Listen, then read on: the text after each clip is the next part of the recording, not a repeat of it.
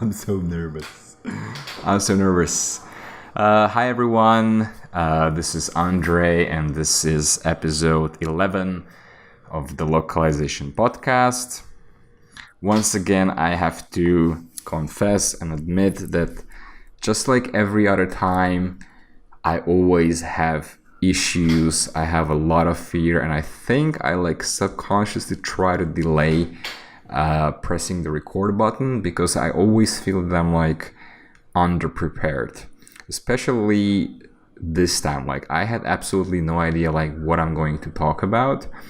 I did my usual routine, and by that I mean I went through the Slater articles, I went through Twitter, I checked LinkedIn, and I only selected very few articles. I think there were 4, but for most of them, I have actually no idea what kind of value I can add on top of them. And so I was delaying this. I also moved to a new place, and I still try to enjoy my last 2 weeks in Manila. So I'm always kind of my mind is wasting a lot of energy making the decision whether I should focus on the content creation or whether I should just go out and try to enjoy my life, because once I go back to Vancouver, I will probably be 100% focused on just working and doing things. So I feel like I'm wasting my last opportunity to enjoy my only vacation this year. And because of all this indecisiveness, I feel like I'm paralyzed most of the time. And actually, I have realized that also recently is that, and I think I heard this on the podcast with Tim Ferriss, and many of the high-performing businessmen and entrepreneurs that he interviewed actually said that they are trying to eliminate the decision-making that they have to make during the day. For example, Mark Zuckerberg, I think that he only has black t-shirts or black pants or something like that. And I actually found out recently about myself that even ordering food or picking a place where to go, I spent a lot of time just trying to think about it and make the best decision and as a result, I think I waste a lot of time in my life. And the same goes for the podcast and even for the content creation. I always try to for example, when I was doing my last video, which I finally released, and that's the review of the book The Power of Now and my experience with Landmark Forum. I think it took me almost 2 weeks total to get it done. So I was working on the script before that. I had some idea of how I want to structure the video, but then getting to it, getting the starting the recording for the first time, that's a lot of resistance, I think, internal resistance from my own self. And it's the same thing with the podcast. Every time I really struggle with it. I don't know why. And it's really just about overcoming the initial fear. Right now, I have still no idea what I'm going to talk about. But as soon as I start recording and as soon as I start talking, I feel everything is much easier and things just unfold the way they should. So a couple of more things that I wanted to mention before we get into the articles. So I already mentioned the video that I posted. So that was my second educational video. Most of my YouTube content recently has been just the Localization Podcast. So shame on me, because I was primarily focusing on the podcast, and I really wanted to do it on a weekly basis, to keep some regular schedule. But then I wanted to also squeeze in some extra videos, because the first video that I ever did, the educational content, which was how to use Toggle, that is so far significantly the best performing video that I ever posted on YouTube. It gets like a lot of hits pretty much constantly through YouTube search. So I'm very happy about it. So I think that I should be putting more effort into the content other than the Localization Podcast. But then on the other hand, I also reach out to many people on LinkedIn, where it's like the main platform where I try to promote the Localization Podcast. And the response so far has been pretty good. I actually find out that people are actually listening and finding the podcast. So it's definitely something that I still want to keep doing. And I was just recently thinking that I haven't done a lot during the last 2 weeks where I officially had vacation. So by the way, I'm back to working. So I have to get up at 5 a.m. These days and start working for Global Me. And then hopefully I still have energy to do some content. So now it's 4 p.m. here in Manila. And I'm doing this recording. And yeah, so what I wanted to say is that like I have like so many ideas, but I feel like, and this is something that's also probably related to work, like I don't feel like it's even possible for me to keep up with the ideas that I generate and turn them into something practical. So I'm actually thinking that maybe I should, because like the response so far is pretty good, like when it comes to the podcast or even the videos. So I was thinking that maybe I should start to pour in some more money into it, because it's definitely something that I want to do in the future. I really think it's a good opportunity for me within the industry. So I'm thinking that maybe I should try to find some first help for this side project of mine. Probably someone who could edit both audio and video for me, even though I really like it. Well, my computer is really shitty, so editing some of the videos that are long and that have a lot of edits, my Adobe Premiere keeps constantly crashing, so that's not very helpful. And I think that's another thing that I realized, that I think I'm like pretty good at improving things the way they are. Maybe I'm not as good at starting from scratch, but maybe I'm better at commenting and making things better. So maybe it would be easier for me and faster and more efficient if I just do the raw recording like I'm doing right now, and then submit the material to the editor, and then maybe they make a first draft, and then I just revise it, and then we continue with the iterations until I'm ready to publish it. Because the current model is not very scalable if I do everything on my own. So now let me turn off the clip. So yeah, those are my thoughts about the future of my content creation. Another thing that I wanted to mention. So where are we? Almost 10 minutes. Okay, so I'll try to keep it short, but I mean whatever. So what I wanted to mention is that we are going to, I think with this episode, when I release episode 11, we should probably hit 100 total plays of the podcast. So I'm really happy that it keeps getting constant traction, constant plays, and I think like the number of audience is slowly growing.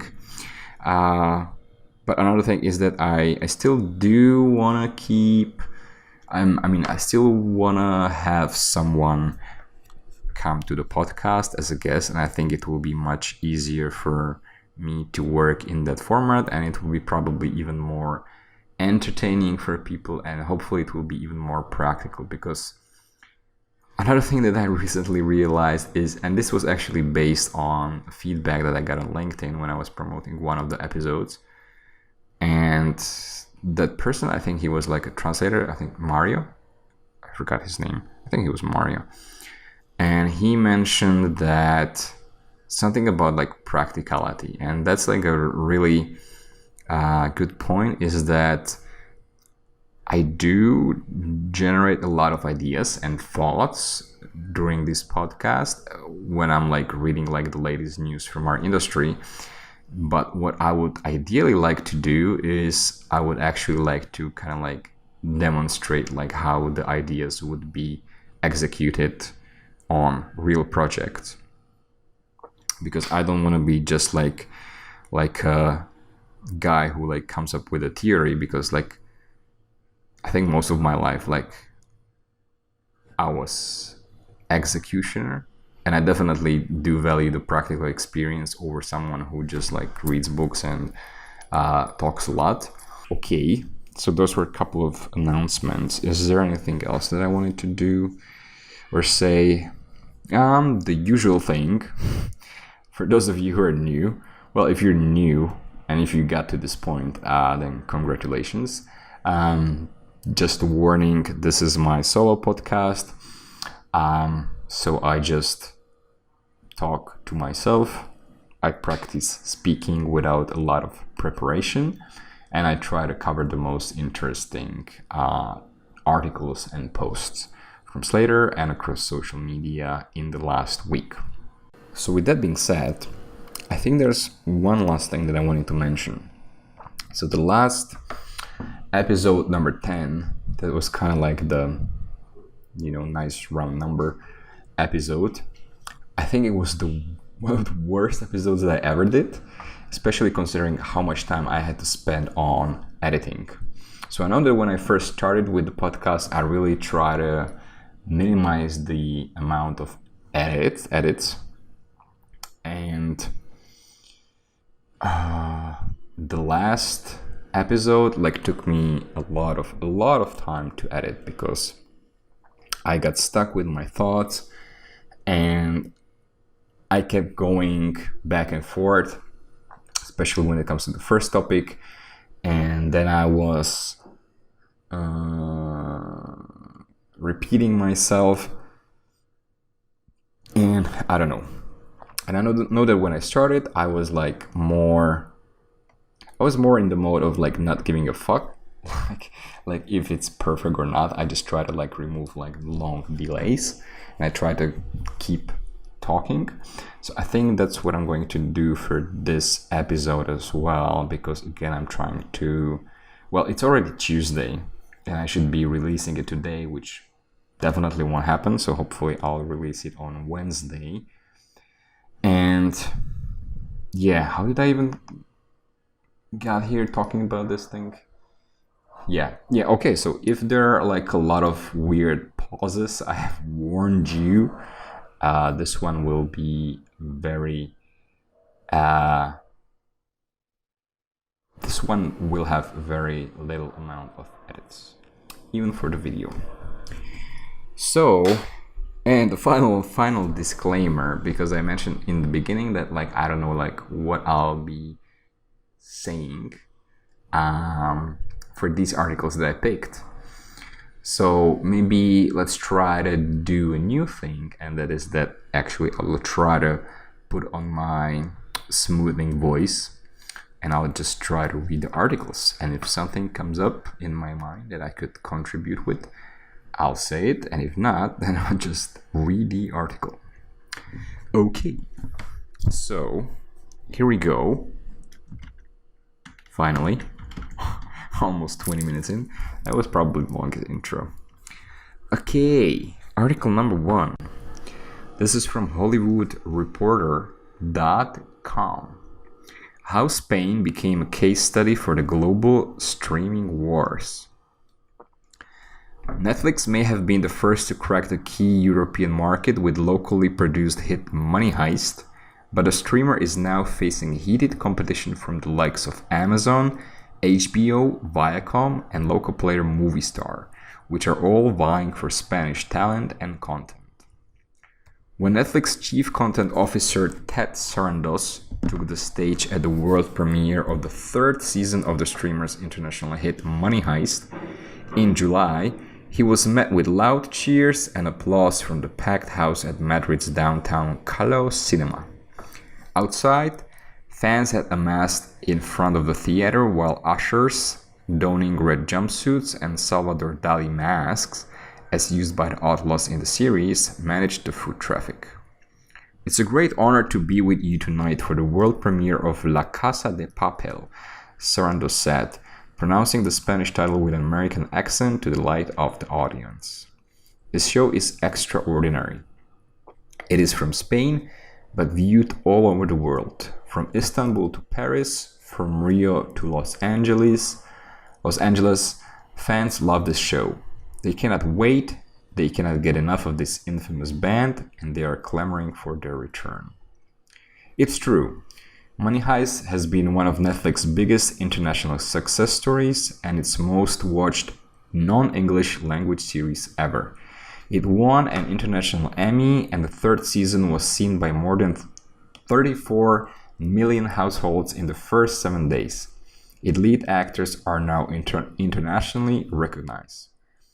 So it was noteworthy when Amazon Originals recently unveiled details of its first real slate of originals out of Spain, including the casting of Netflix's Money Heist and Elite co-starred Jamie Lorente as the lead in its new series El Cid, made with Zebra Producciones and built as one of Amazon's most ambitious series in Europe, as well as a 1940s set mystery series in production with Bamboo Producciones, known globally for its high-end period dramas for Netflix, like Cable Girls and High Seas.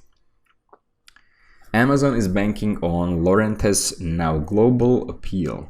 It's also capitalizing on Bamboo's proven track record with mystery dramas and Zebra's experience with historical productions, notes Concepcion Casajosa, senior lecturer in media studies at Madrid's Carlos III University and regular television columnist in El País newspaper.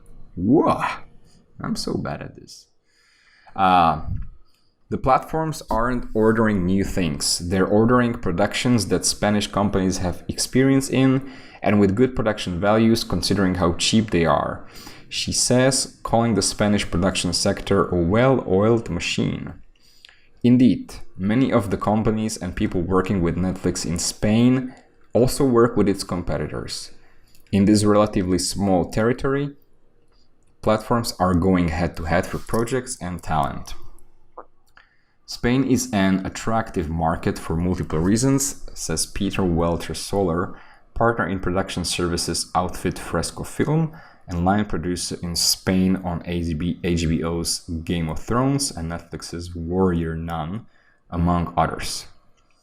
He cites relatively low prices and salaries for local productions, tax incentives with a payback cap that favors TV series more than feature films, wide variety of geographic locations in a concentrated space, and the infrastructure that comes with a long tradition of training very highly qualified, international standard crews as factors driving the streamers to Spain. As the world awaits the new landscape of streaming to come in the year ahead, with the introduction of competitor platforms from Disney, HBO, Apple, and NBC Universal, and in light of the EU directive requiring streamers to carry at least 30% of content from the region, Spain can be seen as a case study for how they're likely to compete. For generations, one country and one culture has been exported around the world. What La Casa de Papel proves is that great stories can come from anywhere in the world and make the whole world happy. Okay, this article is super long. So I'm going to actually try to find the parts which might be useful for us, instead of just telling you what are the new series that all these different platforms and streamers are creating. Many credit Netflix, which began producing originals in Spain in 2016 and opened its first European production hub in Madrid this spring, for inspiring other international platforms to hone in on the country, as well as motivating local players such as Movistar to ramp up its original productions. There's been a before and after since Netflix came to Spain, says some president of Spain's Production Professionals Association, APA, who calculates more than a doubling in the number of series produced in the country since 2015. HBO España launched in November 2016 and is producing 5 series in Spain this year, while Amazon released its first original Spanish production last year. Just a day before the Netflix hub opened in April, Viacom International Studios announced it would launch its own production center in Madrid. And in July, telecoms giant Orange announced its first fiction series in Spain in co-production with the Media Pro studio. But how are they going to compete with Netflix, which got a head start in Spain and this year has around 14 series and foreign films in the works?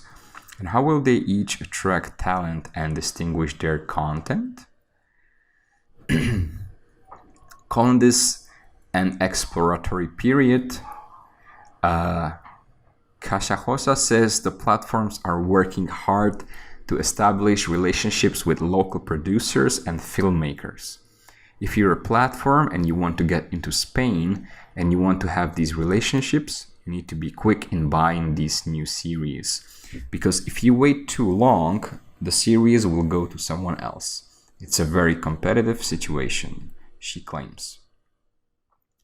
A free market and competition always favor business, adds Bamboo executive producer Teresa Fernandez Valdez, who notes that while her company never uses pressure tactics to negotiate with the platforms, it's a reality that exists. They know that if they're not going to support a project, it can go somewhere else.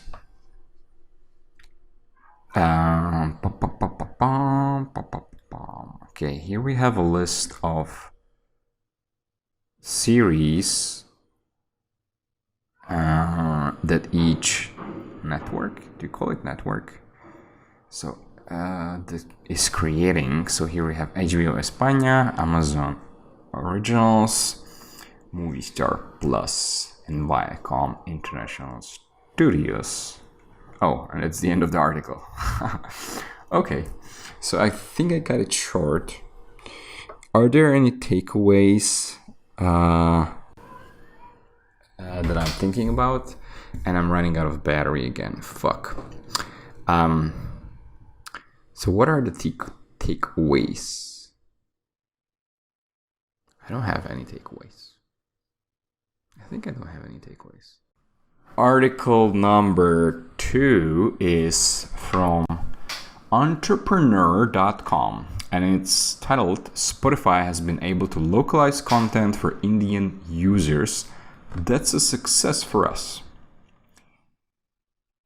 Okay.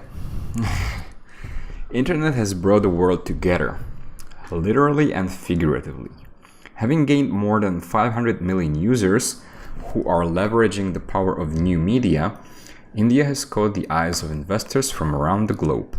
International businesses are looking at opportunities for launching operations in the country, and many have already taken the leap.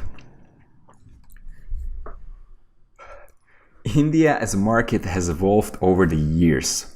The international models, which were barely replicable in our fragmented market earlier, are being accepted by the Indians. The heartwarming welcome received by the Swedish music streaming app Spotify is a testimony that though homegrown players might have an edge over international platforms due to better understanding of audience needs and tastes, but they can't overshadow the international content global brands come with. Having served over 232 million monthly active users, 108 million of which are paid subscribers, Spotify did not become the world's biggest music streaming platform without fighting the locals from various economies. The curiosity around its foray in the country added to its popularity among millennials. Amarjit Singh Batra, the man who's leading Spotify's India, talked to Entrepreneur India about the platform. Localization of content. Localizing the product as per the audience's need has been at the top of Spotify's agenda since it entered India. Significant research relating to local users and their preferences also play a role. The platform features over 3 billion algorithm-based and user-curated playlists featuring over 200 localized playlists for India and access to over 450,000 podcasts. We recognize that in India, people listen to songs in different languages. So, ensuring that the initial content is available in their language, including local content and interaction content, apart from language onboarding and the right selection of artists, made it really smooth for people to start using Spotify, said Batra. Currently present in 79 markets, Spotify has a library of over 50 million songs, with 40,000 new songs being added globally every day, but the Indian audience is coming to the platform to listen to international music more. The top 40 discoverable artists in India are 45% coming from K-pop, Batra expressed. However, in India, understanding consumer behavior would not be an easy task due to the complexities associated with music consumption. Being a price-conscious economy, Indians are used to consuming pirated content. 9 out of 10 Indians are unwilling to pay for these services. India is a huge piracy market, added Batra. While entering India is easy, surviving is the key. There are challenges that Spotify can't overlook. There is much differentiated music listening behavior in India. Film music is the most heard source, which promotes the actor performing more than the actual artist behind the song. The global music scene pushes original singers, which is a big differentiator. Interestingly, there has been a shift in the overall music behavior of customers. Bollywood has been the dominant player in music, but the share of Bollywood to the overall listenership is diminishing now. Independent music is rising very fast, Batra stated. Notably, 4 out of 10 most streamed songs of 2018 were non-film music pieces. And that's the end of the article. Bravo. Okay. And the last article that I picked here, and where I'm going to do some extra research, is from Slater, and it's about the German LSP Lengoo that raises 6 million euros Series A from Red Alpine angel investors. So the funding round, completed in August 2019, was led by Zurich-based venture capital firm Red Alpine, with other follow-on investors and angels participating.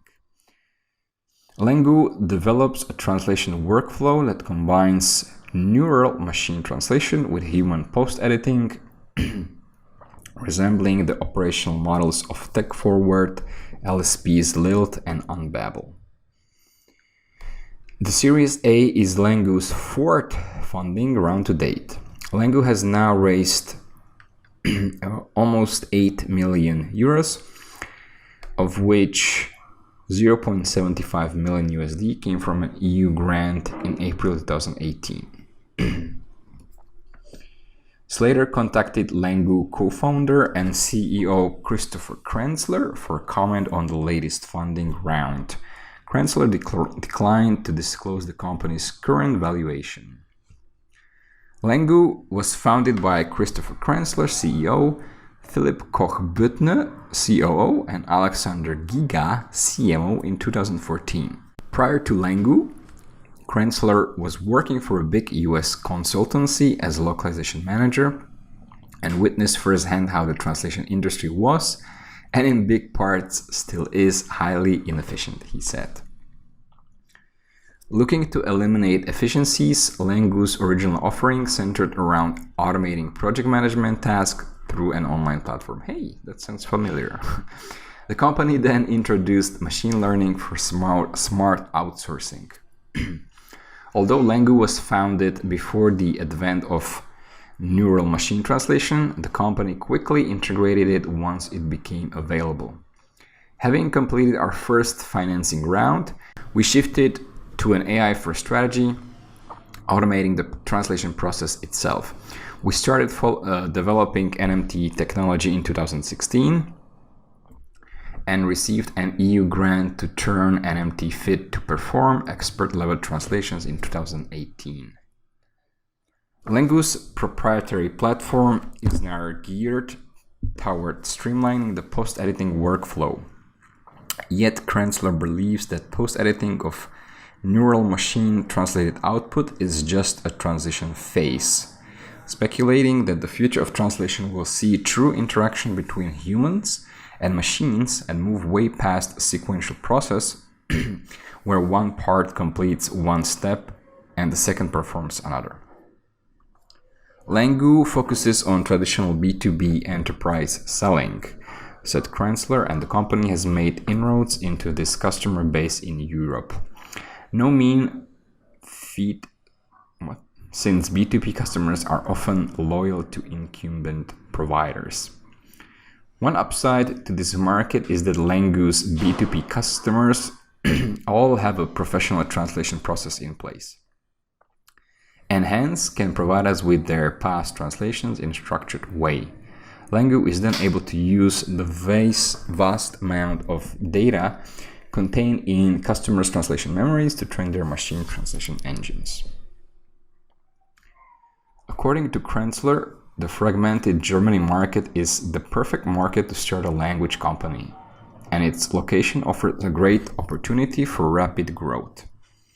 Asked about the talent crunch for machine learning and AI talent, most pronounced in rising tech centers like Berlin, Krenzler agreed that Berlin has become a vibrant tech hub attracting top talent, adding that Lengoo attracts engineers into the business by providing them with the opportunity to work on real-world problems.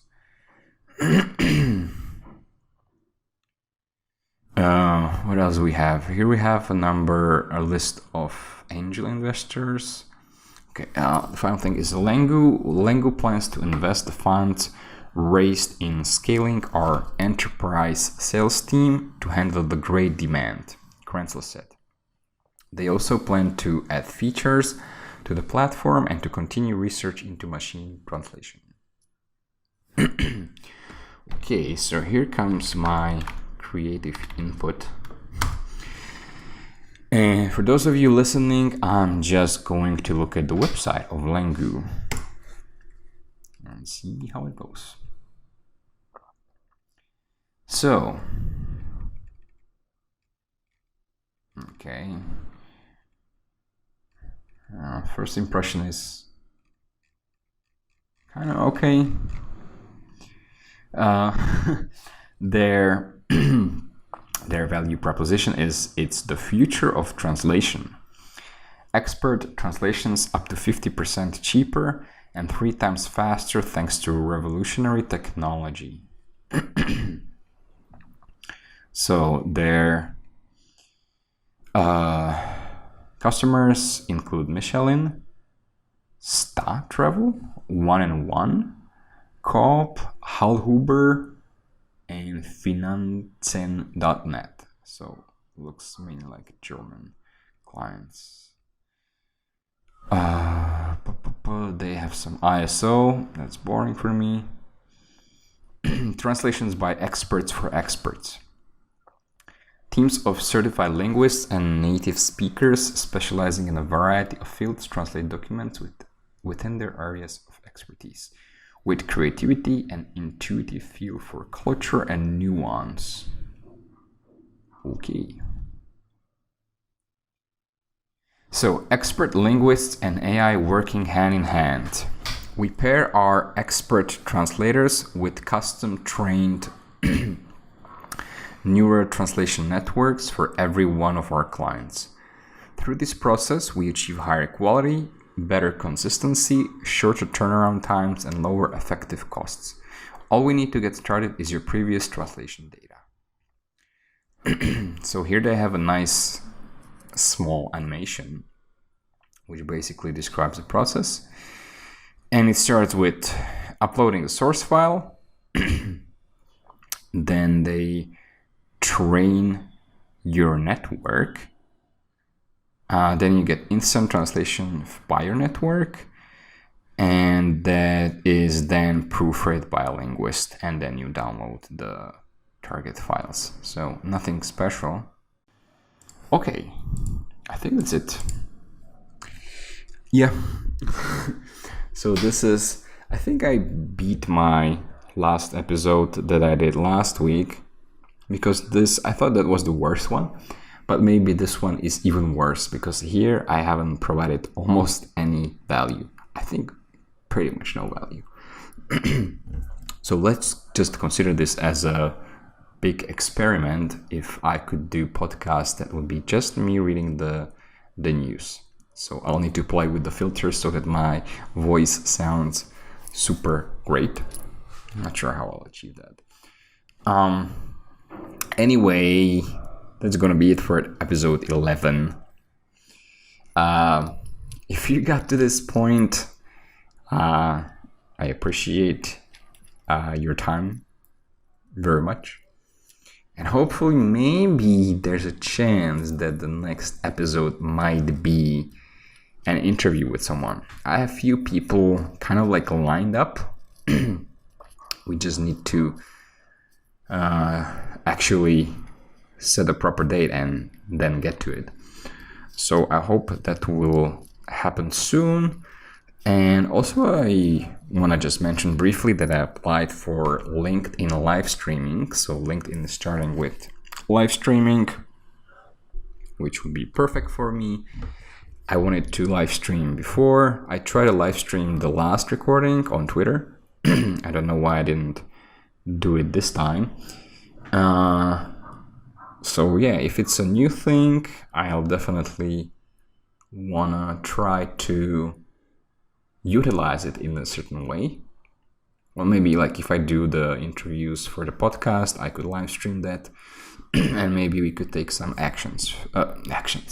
Maybe we could take some questions from the audience and make it a little bit more interactive. But okay, I'm just talking too much. So that's going to be it for episode 11. Thank you for listening, and I'll talk to you next week. Bye.